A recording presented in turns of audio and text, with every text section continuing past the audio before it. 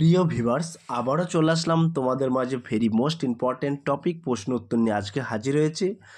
আজকে মূলত আমরা আলোচনা করব ওয়েস্ট বেঙ্গল পুলিশ কনস্টেবল এবং KP police constable all competitive এক্সামের জন্য যে সকল প্রার্থীরা প্রিপারেশন নিচ্ছেন তাদের ক্ষেত্রে কিন্তু আজকের এই ভিডিওটি ভেরি মোস্ট ইম্পর্ট্যান্ট হতে চলেছে।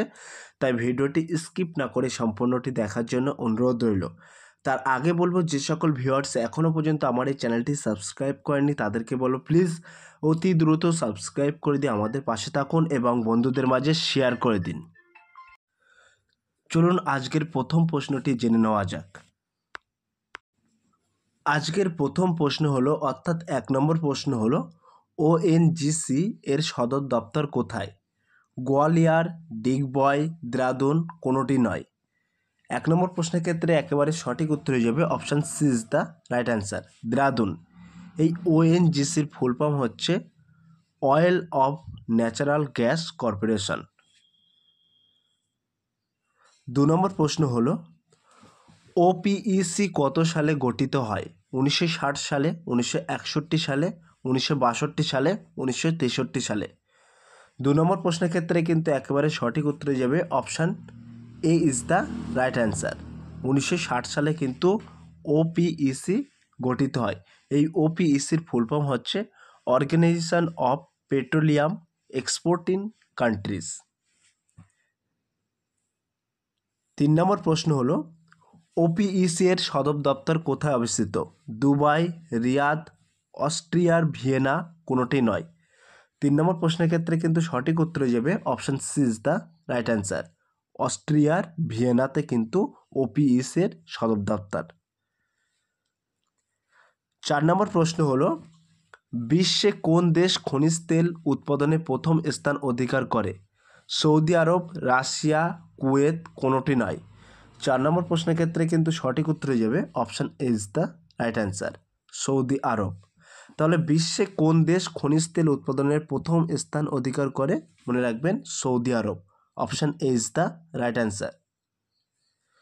5 নম্বর প্রশ্ন হলো, প্রাকৃতিক গ্যাস সঞ্চয় কোন দেশ প্রথম? চায়না, রাশিয়া, ইন্ডিয়া, কোনোটি নয়। 5 নম্বর প্রশ্নের ক্ষেত্রে কিন্তু সঠিক উত্তর হয়ে যাবে option B is the right answer, Russia.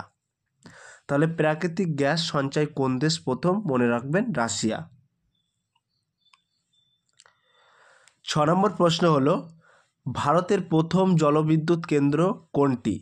কর্ণাটকের শিবসমুদ্রম, উত্তরপ্রদেশের রিহান্দ, দার্জিলিংয়ের সিদ্রাপং, কোনোটি নয়।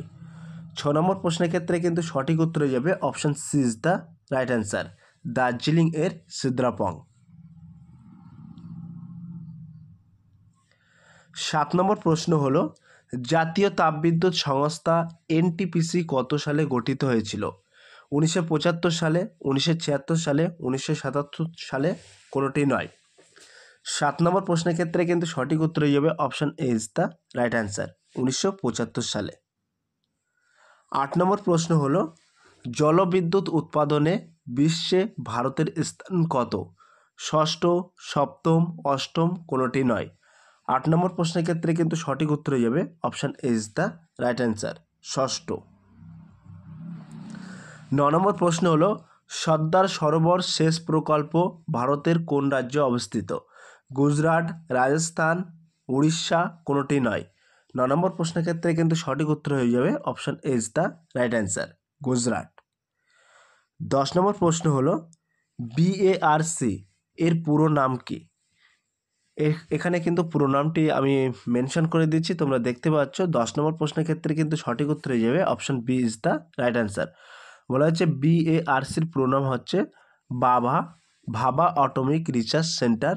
এই ভাবা পারমাণবিক গবেষণা কেন্দ্র অর্থাৎ বিএআরসি হচ্ছে ভারতের একটি প্রথম সারির পারমাণবিক গবেষণা কেন্দ্র, যার সদর দপ্তর কিন্তু টম্বে, তামিলনাড়ুর টম্বে বা মুম্বাই, মহারাষ্ট্রতে অবস্থিত। তো মহারাষ্ট্রের টম্বেতে কিন্তু অবস্থিত, সরি এটা তামিলনাড়ু হবে না। 11 নম্বর প্রশ্ন হলো, জাদুগোড়া খনি থেকে কি পাওয়া যায়?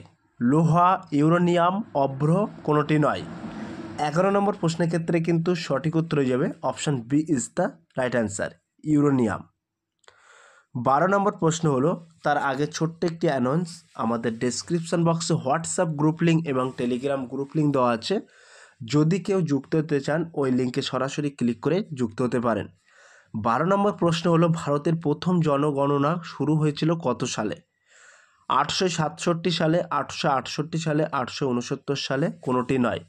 12 নম্বর প্রশ্নের ক্ষেত্রে কিন্তু সঠিক উত্তর হয়ে যাবে option A is the right answer, 867 সালে।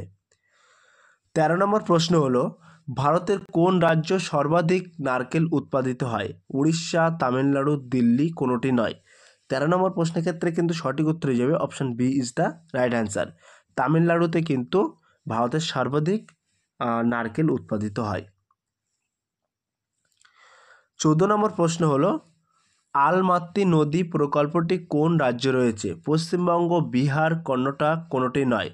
14 নম্বর প্রশ্নের ক্ষেত্রে কিন্তু সঠিক উত্তর হয়ে যাবে option C is the right answer, Karnataka. 15 নম্বর প্রশ্ন হলো, উমিয়াম হ্রদ কোন রাজ্যে অবস্থিত? অর্থাৎ উমিয়াম হ্রদ কোন রাজ্য রয়েছে? মেঘালয়, তামিলনাড়ু, কর্ণাটক, কোনোটি নয়। 15 নম্বর প্রশ্নের ক্ষেত্রে কিন্তু সঠিক উত্তর হয়ে যাবে option A is the right answer, Meghalaya. 16 নম্বর প্রশ্ন হলো, এলিফ্যান্ট গুহা কোন রাজ্যে রয়েছে? মেঘালয়, তামিলনাড়ু, এখানে হস্যকরটা পড়িনি, একটু কারেকশান করে নিও। মেঘালয়, তামিলনাড়ু, মহারাষ্ট্র, কোনোটি নয়। 16 নম্বর প্রশ্নের ক্ষেত্রে কিন্তু সঠিক উত্তর হয়ে যাবে option C is the right answer, Maharashtra. তাহলে এলিফ্যান্ট গুহা, এখানে আকারটা একটু এক্সট্রা পড়ে গেছে। তো এলিফ্যান্ট গুহা কোন রাজ্যে রয়েছে? মনে রাখবেন মহারাষ্ট্রে আছে।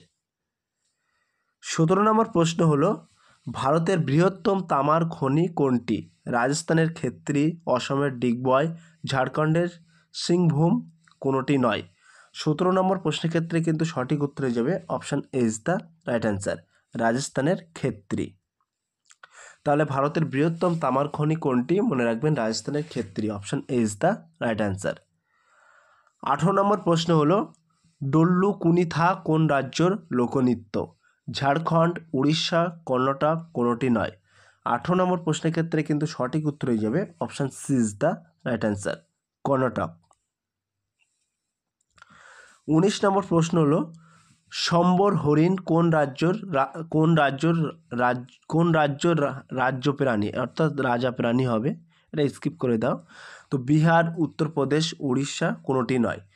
19 নম্বর প্রশ্নের ক্ষেত্রে কিন্তু সঠিক উত্তর হয়ে যাবে option C is the right answer, Orissa. তাহলে সম্বর হরিণ কোন রাজ্যের প্রাণী? মনে রাখবেন উড়িষ্যার প্রাণী।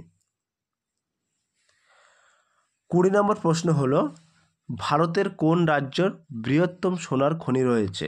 অর্থাৎ এটি আজকে লাস্ট প্রশ্ন।